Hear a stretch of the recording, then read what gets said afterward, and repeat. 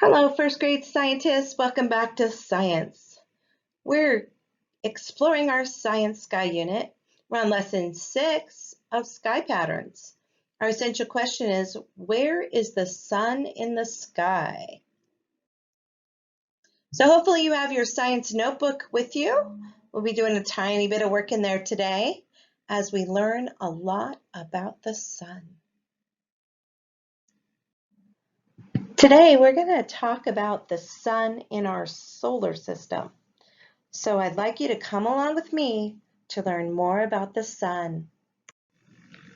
It rises in the morning, giving light to the land below it. It sets in the evening, leaving the world in darkness. It even provides the heat and energy necessary for the life to survive on Earth.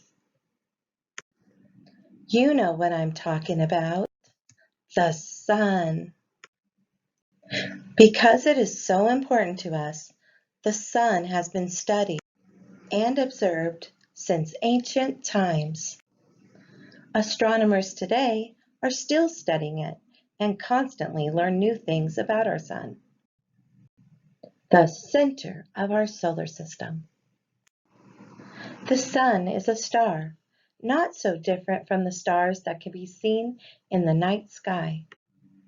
It may look different, but that is because the sun is many times closer to us than that of any other star, which allows us to see how hot and bright it is.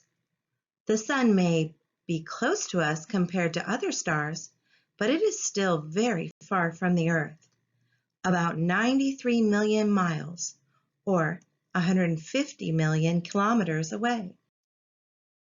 Although the sun is so very far away, it only takes sunlight about 8 minutes to reach the Earth because light travels so fast.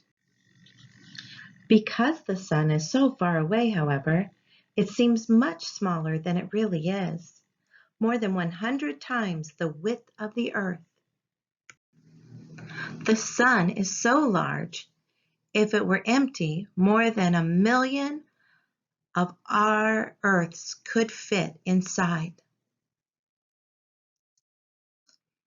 The sun is the largest object in the solar system. In fact, if you collected everything in the solar system, including the sun, the planets and dwarf planets, comets, asteroids, and moons, the sun would account for more than 99% of it, with everything else adding up to be less than 1% of the solar system. As far as stars go, however, the sun is average or even small in size. It is called a yellow dwarf, and there are billions of stars like it in the Milky Way. Like other stars, the sun is made up of gases, mostly hydrogen, with a little helium and only traces of other elements. These gases are held together by the sun's gravity, which creates such intense heat and pressure that it causes nuclear fusion, a process in which hydrogen atoms fuse to create helium at its core. The sun's core is about 27 million degrees Fahrenheit, or 15 million degrees Celsius. By the time heat from the sun's core reaches its surface, temperatures have dropped considerably. The surface of the sun is only about 10,000 degrees Fahrenheit, or 5,500 degrees Celsius. Unlike the Earth, the sun does not have a solid surface. You may be surprised to learn that the sun's gassy surface is not calm and quiet. Instead, the sun is constantly moving and changing, with sunspots or dark patches of cooler temperatures and solar flares, or eruptions of high-energy radiation, frequently making and marking its surface. All of the planets in the solar system, including the Earth, orbit around the sun. In turn, the sun orbits around the solar system in which we live, the Milky Way. It only takes the Earth 1 year to complete an orbit around the sun. But scientists estimate that it will take the sun about 230 million years to complete an orbit around the galaxy. Since ancient times, humans have understood how important the sun is for life on Earth. Without the energy provided by the sun's radiation, the Earth would be dark, cold, and uninhabitable. Although it has been studied for thousands of years, there is still much to learn about the sun. I hope you've enjoyed learning about the sun, the center of our solar system. Now that we know a lot more about our sun, let's focus on the path of the sun. The sun rises in the east, sunrise.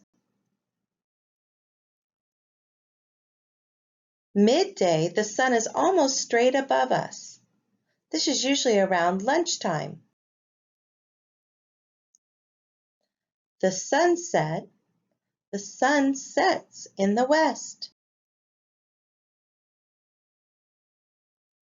Our key words are midday, sunset, sunrise. Let's start with sunrise. Will that come up in A, B, or C? Pay close attention to where west and east are in this picture. If you chose sunrise would come up in the C area, east, that is correct. Next, as the sun rises in the sky, when it is right above the girl in the picture, will it be midday or sunset? Correct, it'll be midday. And last, the sun continues and appears to go down. What is that called? Sunset. Correct.